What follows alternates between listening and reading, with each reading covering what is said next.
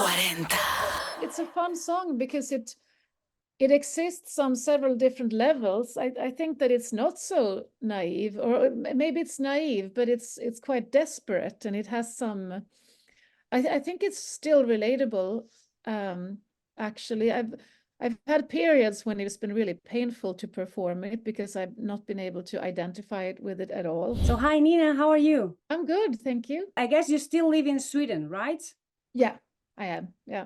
In Malmo, where everything started for the Cardigans? Yeah, exactly. We're still here, almost all of us. Do you work as a teacher there in Malmo? No, my teaching job is in Copenhagen. Copenhagen, yeah. It's just, just a bridge over to Copenhagen. And what exactly is what you teach? I teach a subject called artistic development work. So I don't teach music per se, but I work with students to sort of get into a good working habit, both create. It's my son Nathan Nils. This is a radio interview. Both creatively and also just to get a work ethic sort of, and how to understand your own artistic expression and so forth. So it's a really great subject. And could you teach, for example, like the process of making a song? How do you see young people now compared to the way you worked back in the 90s to the future, the present procedures? Well, what I see now is I'd say more people now, of course, work based on the DOS, the different computer programs to make music, and work maybe start out more as creating projects song-based in a way. I feel like it's less writing song based on starting on a guitar or starting on a melody or something. I think this is what I see at my school. You more often start with sort of a more overall vision than maybe before. In general, I find also that it's a way more open-minded quality. People are not that tied to genres. I remember when we started out, it was very much like you really decided what kind of genre you wanted to be in and what kind of style of music, and what was right and what was wrong and what was accepted and not, sort of. I feel now it's just more, in a way, more open-minded and searching for the end result rather than deciding what it's going to be, kind of. What do you think was the most important thing that helped the band find their identity sonically, when indie pop was just booming? Well, I think one thing that was good for us was that we had records. We listened a lot to music. We had, one of us lived in a house where we could watch MTV, so we did have influence, but more than anything, we were quite left alone with our creativity. And for us, I think that was helpful. We had an opportunity to really spend time writing and rehearsing and recording and developing without a lot of influence. We had record companies quite early on, but we were really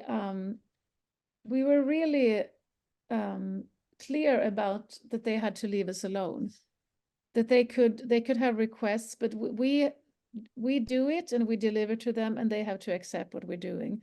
And we got that freedom to create. And I think that's what helped us a lot. Success for the Cardigans came really quickly, right? It was like a massive success. You were only 18 years old. Yeah. So what memories, I don't know if digging now again in the past has brought back many memories from that time. Yeah, absolutely. Yeah, we had been a band for about 2 years when we were really suddenly totally touring and doing interviews and putting out records and stuff. So it was a pretty steep beginning for us. But what I remember mostly is that we've always been the same people in the band, more or less. And we've always worked really closely and also been close as friends and grew up together. So what I remember is the time we spent together traveling, hanging out and working.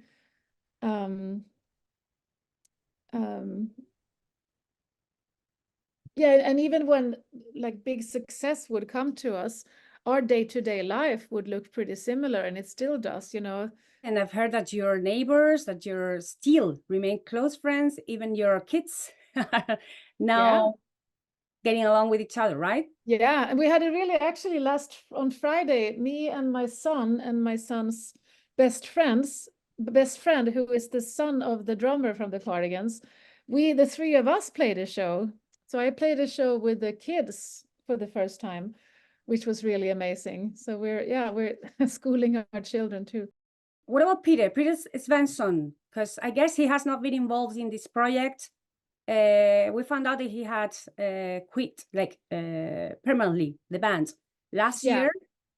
Yeah, so he's not playing shows. He's sort of, I mean, he is a part of the band still because we have so much, you know, so much of the old material still. There's a lot of work around that, and he's involved in that, but he's not playing.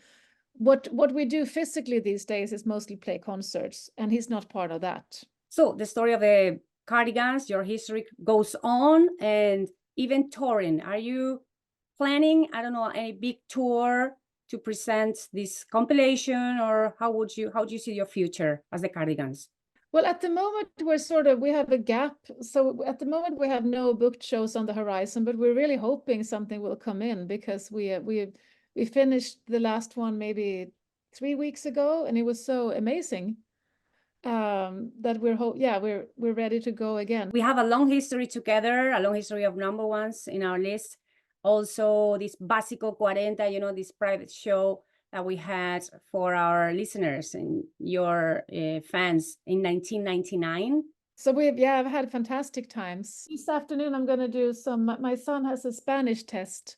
Oh, really? We're studying, helping him study Spanish these days. So. This month of September, you turned 50. Yeah. So how does life from the fifth floor, how do you see it with all of your experience and all you've been through? Well, it's great. It's again, it's sort of passed with nothing changed. Everything is still the same. It's what I find most surprising about being 50 is how it really does feel like the same, that I'm the same person. It's also nice to be in a position where I have done a lot of stuff, because it makes it easier to chill.